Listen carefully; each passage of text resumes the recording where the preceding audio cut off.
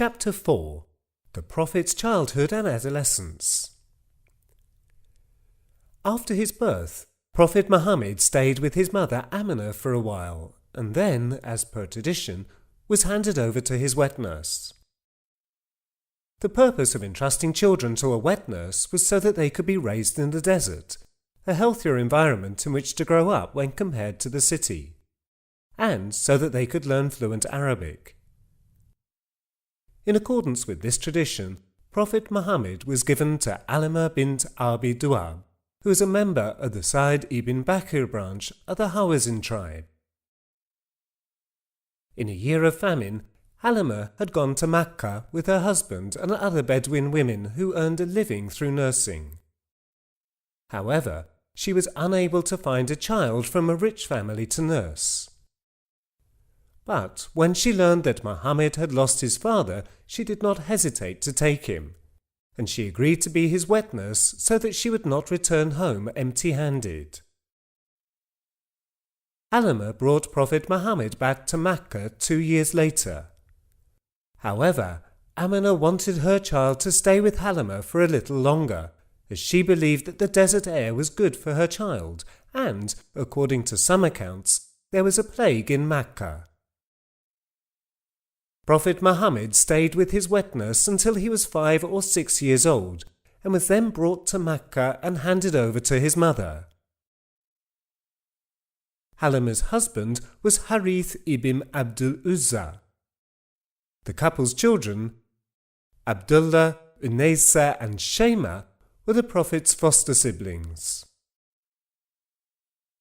According to narration, Halima and Harith witnessed great abundance and blessing after taking Prophet Muhammad in their care. Their camels and sheep began to provide much more milk than they had before. In addition, the sources revealed that the splitting of the chest, or Shaq al-Sadir, incident occurred during the time Prophet Muhammad was staying with his wet nurse. This was an event in which 2 angels descended to earth, split open Muhammad's chest, removed his heart, and purified it from all evils, washing it with heavenly water and then putting it back in its place. It is recorded that when Halima and Harith learned about this incident, they were very anxious, as they were unable to explain certain extraordinary characteristics of Muhammad that they had witnessed many times before. They now thought that it would be better for the child to be back with his family. When Prophet Muhammad reached the age of 6, his mother Amina took him in her care, and together with her helper Ayman, took him to Yathrib. While there, they visited the grave of her husband Abdullah and the members of the Banu Najjar, who were considered uncles of the family due to Abdul Muttalib's mother. After staying in Yathrib for a month, Amina, still young at the time, became ill and later died in Abwa, located 190 kilometers from Medina, while on the way back to Mecca. It is said that before her death, Amina looked at her child and said, "All living things perish, all things new get old, all things in abundance diminish. All things great disappear. Certainly I too will die, but I will always be remembered, because I leave to the world my son as a benevolent future." Orphaned with the death of his mother, Muhammad was brought back to Mecca by Ayman and entrusted to the care of his grandfather Abdul Muttalib. Prophet Muhammad revisited Abwa in the 6th year following the emigration, in 628 AD, and visited his mother's grave. Tidying the grave with his own hands, he shed tears as he remembered the affection and compassion of his mother. Greatly affected by his grief, the companions could not hold back their tears and cried with him. Abdul Muttalib took great care of Muhammad as the precious gift from his son Abdullah, who had died at an early age. He would sit at the table and eat with Muhammad, offer him the seat of honor located in the shadow of the wall of the Kaaba, and take him to the meetings of the Nadwa. Take him to the meetings in Nadwa, council hall, over which he presided, and through all his actions tried his utmost to ensure that his grandson did not feel the absence of fatherly compassion and love. More than 80 years of age at the time, Abdul Muttalib passed away not long after he had handed over the custody and protection of his grandson, then 8 years of age, to the latter's paternal uncle, Abu Talib. Abu Talib was born from the same father and mother as the Prophet's father. He loved his nephew more than his own children, believing that the child had brought fortune to the family, and he made great efforts to raise him well. He would take Muhammad with him on some of his journeys. And so, when the Prophet was 9 or 12 years old, and his uncle had decided to go to Syria for trade, he wanted to accompany Abu Talib. Seeing his nephew's insistence on this, Abu Talib took the Prophet with him on his journey. The caravan stopped in Bosra, located in Syria. A monk called Bahira, living in a monastery, invited the caravan to join him for a meal. After Bahira told Abu Talib that Muhammad was the awaited prophet foretold in the Bible, he cautioned Abu Talib against some of the dangers that his nephew could face, and advised Abu Talib to protect his nephew well. Upon this warning, Abu Talib ended his journey and returned to Mecca. It is known that when Prophet Muhammad was about 10 years old, he worked as a shepherd for a period of time in order to help his uncle Abu Talib, who had a large family. He would later refer to this time during his prophethood saying, "There has never been a prophet who did not herd sheep." When his companions asked, "Did you herd sheep, O Messenger of God?" he replied, "Yes, I herded the sheep of Mecca." Abu Talib's wife, Fatima bint Asad, took great care of Muhammad, caring for him more than her own children. The Prophet never forgot the goodness of his aunt when he grew up. He would visit her in her house in Medina and would sometimes sleep there in the afternoons. Very grieved when she passed away, the Prophet used his own shirt for her shroud and personally led her funeral prayer. When speaking of his sadness to those around him, he showed his great sense of loyalty with the following words: "I was a child who was in need of her custody. She would feed me even if her children were hungry. She would leave her children and comb my hair. She was like my mother."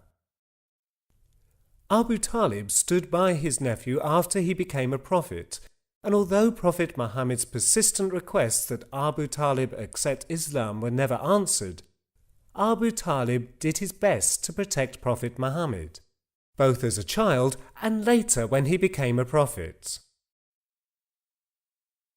There were frequent wars between the Arab tribes in the Age of Ignorance, so much so that there would even be warfare during the sacred months Dhul al-Qadar, Dhul Hijjah, Muharram and Rajab, during which bloodshed was prohibited. Such battles were known as Fijar, or sacrilegious wars, because of their being fought in the sacred months. The Prophet was compelled to join such a war in his later teens. The most reliable account states that the Prophet and his uncles participated in the great battle that broke out between the Quraysh-Kinana and Qais Aylan alliances, but that he did not actually fight in the war, rather protecting the belongings of his uncles, deflecting arrows with his shield and then collecting them to give to his uncles. It is thought that he was either 14, 15, 17 or 20 years old at the time. Prophet Muhammad participated in a meeting when he was 20, for a league known as the Hilf al-Fudul, the Alliance of the Virtuous. The Hilf al-Fudul was drawn up to prevent injustices that were being carried out against the weak and defenceless who came to Makkah for pilgrimage or trade, and to prevent the tribal wars that broke out frequently. The Hilf al-Fudul was drawn up under the auspices of Zubayr ibn Abdul Muttalib, Prophet Muhammad's uncle, and under the leadership of Judon at-Taimi, the richest, oldest, and most influential tribal leader in Makkah. Those who joined the League took an oath that they would protect everyone in Makkah who encountered injustice, be they natives or foreigners, acting as one and helping each other financially to ensure that justice was served. Prophet Muhammad talked about this alliance, praising it, and said, "I was present in Abdullah ibn Judan's house when they concluded a pact so excellent that I would not change my part in it even for a herd of red camels. If I was asked now in Islam to take part in it, I would gladly agree." According to an account by Balazuri, in the Islamic period, Abdul Jahl refused to pay the price of something that he had purchased from a man.